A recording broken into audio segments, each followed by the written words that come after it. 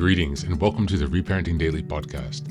In this podcast, we'll dive deep into reparenting, exploring all of the tools and resources that you'll need to help you along your journey. This podcast is divided into 3 sections. The first is a daily reading. The second is a discussion of the reading followed by suggested journal prompts. And the last section is a peaceful meditation for closing.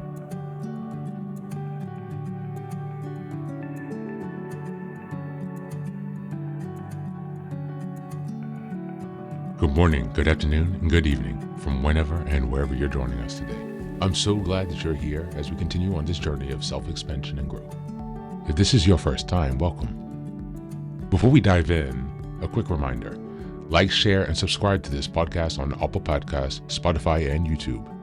Your support here helps spread the word and grow this community of self-reparenting. Now for a few updates. First, I'm excited to introduce our Patreon community, where for a small monthly fee, you can join us for 3 weekly reparenting support meetings. Sundays, we have a guided meditation for emotional grounding. On Tuesdays, we have a book club discussion for deeper discussions and growth. And on Thursdays, we have open topic conversations for real-time support on any topics that may come up. You can find all of the details about what's included in this community by going to the Reparenting Daily website and checking out the community tab. In addition, we now have a WhatsApp support group, a global network of fellow travelers available anytime you need encouragement, guidance, or a simple connection. This is just one of the many ways we're building a strong, supportive space for your reparenting journey. The next announcement is that I've just released my first few books. The first is the Reparenting Daily Journal, a structured 365-day guide to help you work through reparenting day by day. Starting in 2025, each month focuses on a key theme with weekly sub-themes. The Reparenting Daily podcast episodes align with the journal, making it an interactive and immersive experience to help you stay focused and ensure real progress this year.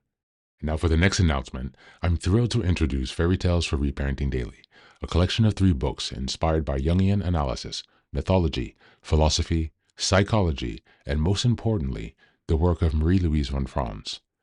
These short, simple stories are designed to help you reconnect with your inner child and experience healing through storytelling. What makes these books unique? Well, at the end of each story, there's a deep dive analysis exploring its themes, explored by journal prompts to help you reflect on how these lessons relate to your personal journey.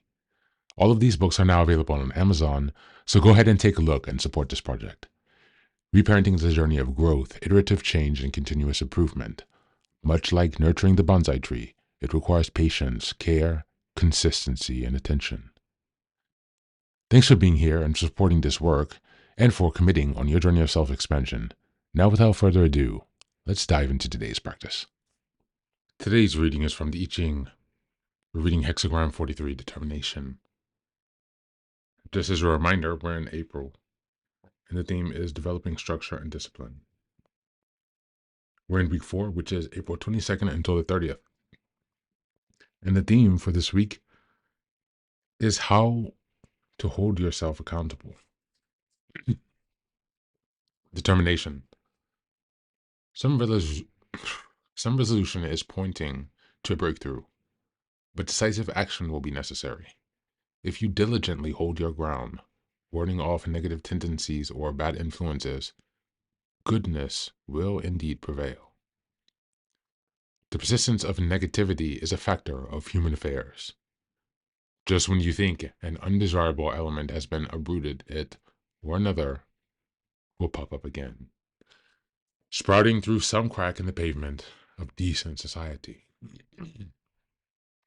And these elements need not take extravagant forms, such as those exhibited in violent conflict.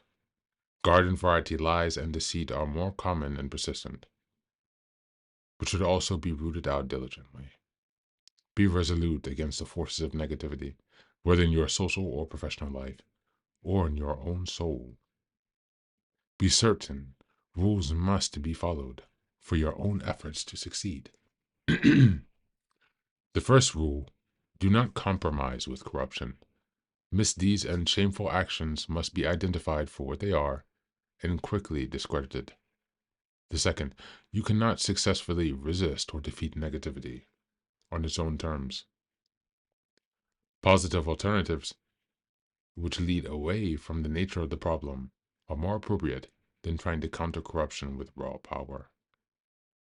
Third, the means used to counter negativity need to be consistent with the result that you want to achieve.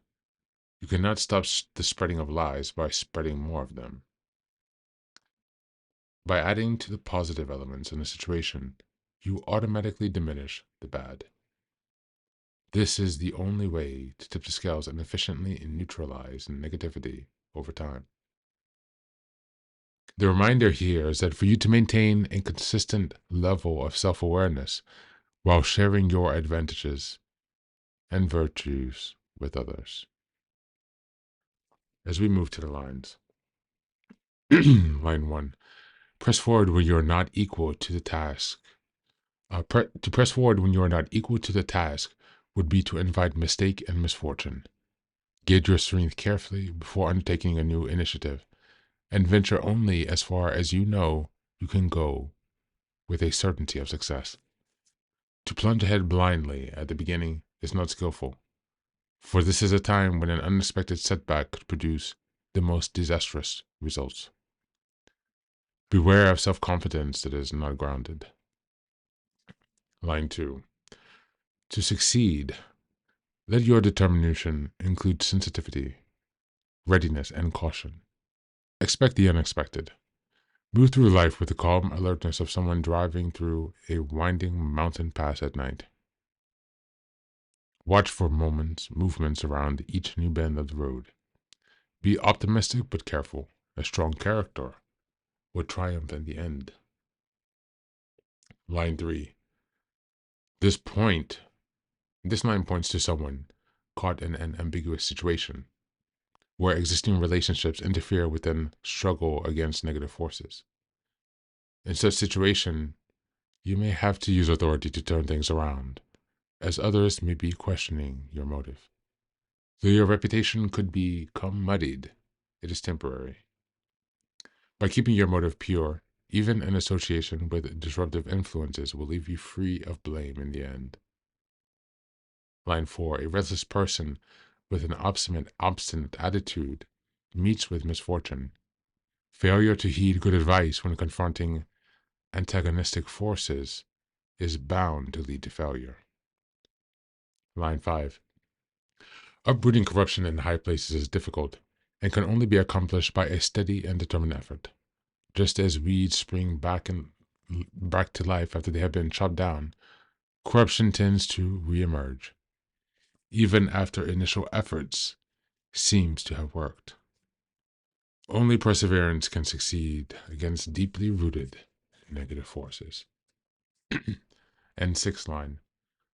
Someone seems to have overcome adversity and is again ready to begin anew. But beware, the seed of negativity is not dead, and a lax attitude would allow destructive forces to reassert themselves. Thoroughness is required when preparing new soil, so that the remnants of the past problems cannot sprout up again. When starting a new project, after solving a problem, take care to see that the destructive tendencies are overcome or balanced out at the beginning. Thank you, and that's the reading for today.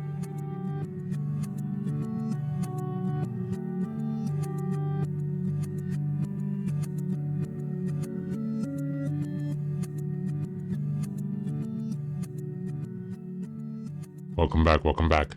Today's reading, hexagram 43, Breaking Through, marks a pivotal moment in the spiritual journey and aligns with April's theme of developing structure, as well as this week's continued focus on internal purification and standing firm in truth. Hexagram 43 represents the moment when truth rises to the surface and must be expressed decisively and clearly. It calls for courageous clarity, moral firmness, and the structured discipline to take a stand, not impulsively, but with calm force and integrity. This hexagram is not about cutting through confusion, falsehood, or inner conflict. It reminds us that breakthroughs are not always explosive. They're often built through discipline, inner preparation, and consistent alignment with principle. In the context of refathering, hexagram 43 is a turning point of truth. The moment you decide to no longer accommodate what is harmful, untrue, or out of alignment. You see, many of us were taught to hide our voice, suppress our needs, or submit to dysfunction for safety. But breakthrough means choosing self-trust over silence. It means parenting yourself by setting internal boundaries, speaking the truth with strength, and committing to a new, clearer path. The discipline is here not just about routines, it's about energetic and emotional clarity. It is saying, this ends with me. And in doing so, you become the protector, the guardian, the firm inner parent who finally says no to what no longer serves you. As we move on to the journal prompts today, number 1, what truth have I been holding back that now needs to be expressed for my own healing and alignment? Number 2, where in my life do I need to establish a firm internal boundary to create a breakthrough? Number 3, how can I embody the kind of inner strength and clarity today that my younger self always needed to feel safe and protected? That's it for today. As always, thanks so much for being here. Take care of yourself, and please do be well.